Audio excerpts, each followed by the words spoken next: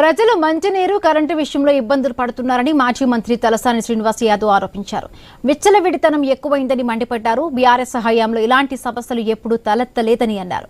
BGR Nagar, Balkampet ప్రాంతాల్లో తలసాని శ్రీనివాస్ పర్యటించారు. ప్రజల ఇబ్బందులను అడిగి తెలుసుకున్నారు. నీటి కొరత ఎక్కువగా ఉన్న ఏరియాలో చర్యలు తీసుకోవాలని అధికారులకు సూచనలు చేశారు.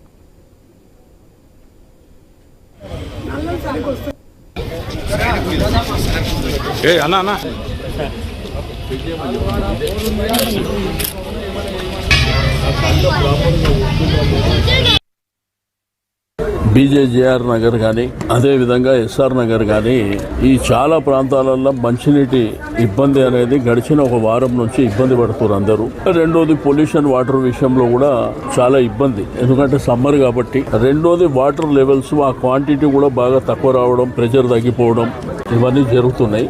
అయితే నేను అధికారులతో అందరితోని మా ప్రభు పాత ఇక్కడ చేసిందే, అందుకే వారికి కూడా మొన్న మాట్లాడిన ఇట్లా ప్రాబ్లమ్స్ ఉన్నాయంటే ఒక 2 days లోపల రెక్టిఫై చేసుకోవాలనేటువంటి ఉద్దేశంతో ఆ విషయాలు మాట్లాడినప్పుడు ఆ డైరెక్షన్ ఇచ్చినాం. బట్ నిన్న మొన్న వాళ్ళు అధికారులు వాళ్ళ సీనియర్స్ లేకపోతే జూనియర్స్తో కూర్చొని మాట్లాడుకొని మన దగ్గర ఎటువంటి ఇబ్బందులు లేకుండా జాగ్రత్తలు తీసుకోవడానికి ఒక కార్యాచరణ తయారు చేశారు.